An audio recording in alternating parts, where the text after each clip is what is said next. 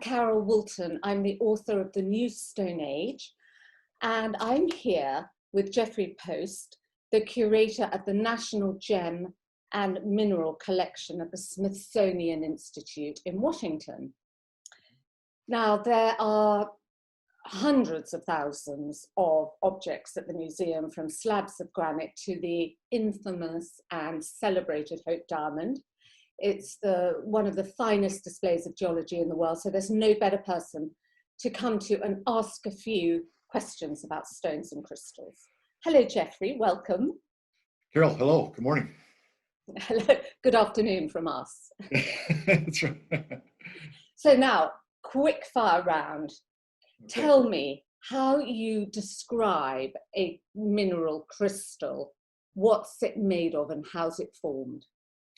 Well, mineral crystals are quite extraordinary objects. Our Earth is literally made up of mineral crystals.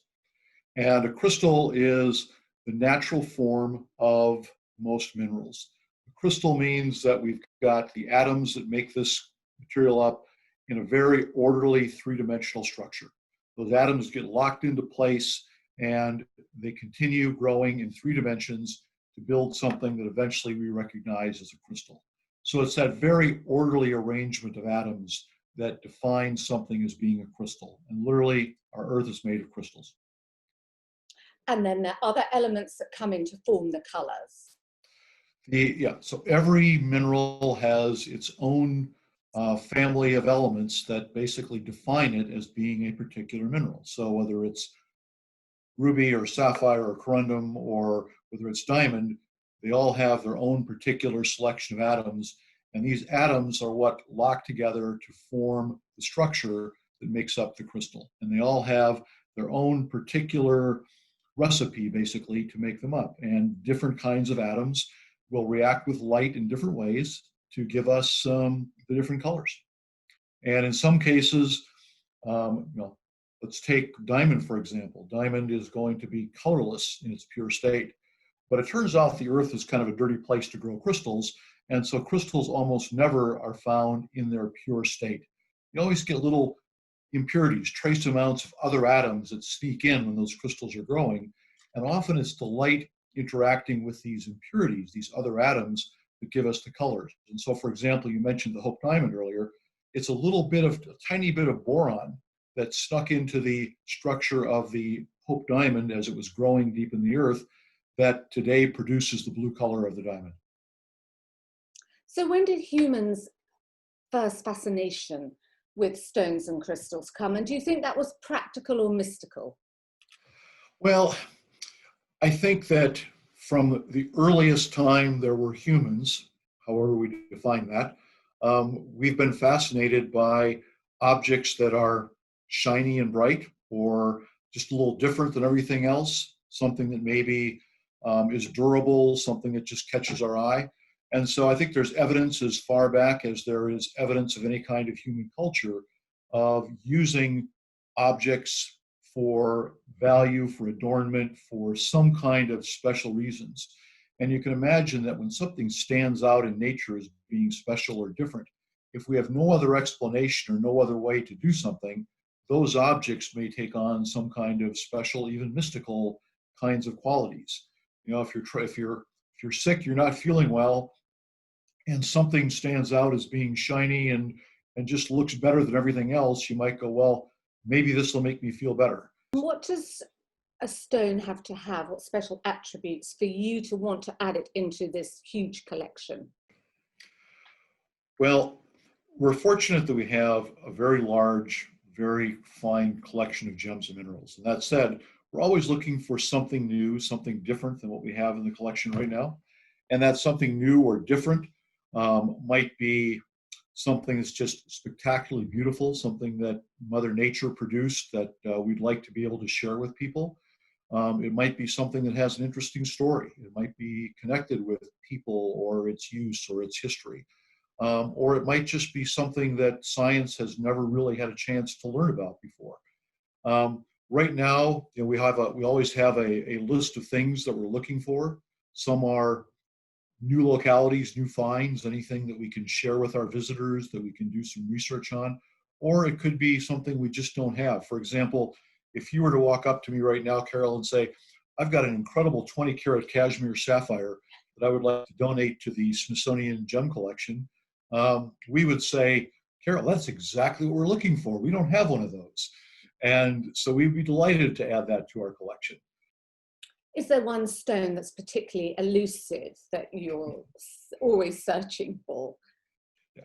We always like big diamonds, so that's always good. We all, Jeffrey. That's right.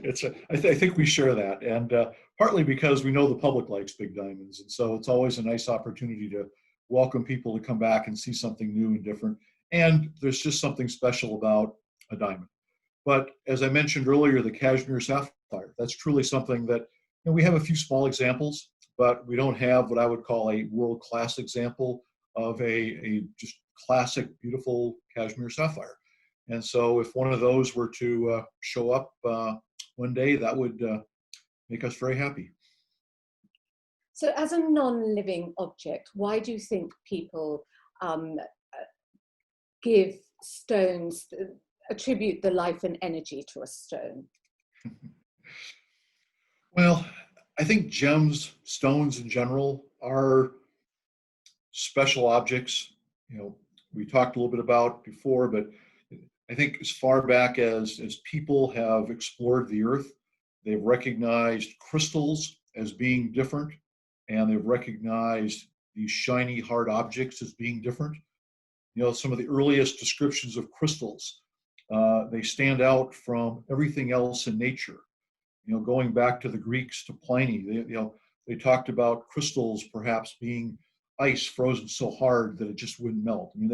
They recognize these crystals are something different. You don't see that many perfect geometric objects in nature. And again, there's a certain permanence, a certain foreverness that does come along with these.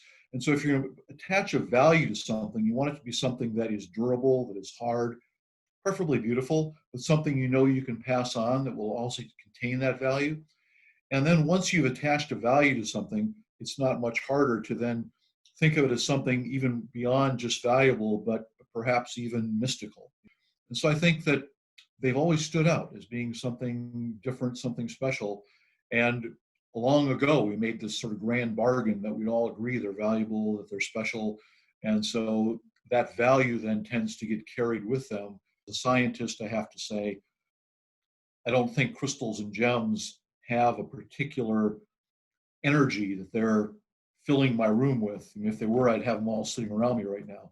On the other hand, just holding one, looking at one, recognizing, whether it be as a scientist saying, my gosh, the earth made something like this, isn't this incredible? Or not being a scientist and just looking at it and say, what a beautiful thing that looks unlike anything else I've ever seen, it makes you feel pretty good. You called them once to me the biggest change agents that you have in the museum, because they change the way people view themselves as the way they view the world. Gems are, I'd say gems and crystals in that category are unlike, I think, anything else we have in the Museum of Natural History. When you think of all the objects we have, all the things that people come to see, but there's really nothing else in the museum that intersects so many different interests that people may have. When you think of a gemstone, it has a history that starts in the earth. There's a scientific natural history story to it, but then it has a beauty. You look at it just because you don't have to know anything about it. You can just go, what a beautiful thing. Also, every gemstone has been a crystal that's been cut and polished by some human artisan. A skilled craftsman has had to make this thing. And in most cases, they then get put into a piece of jewelry. So now there's an artistry that gets brought into the world of gems. And so all of these different worlds intersect in these objects. And most people, when they're on their leisure time, they're traveling to the Smithsonian, to Washington, D.C., they're not thinking about, let's go learn some science.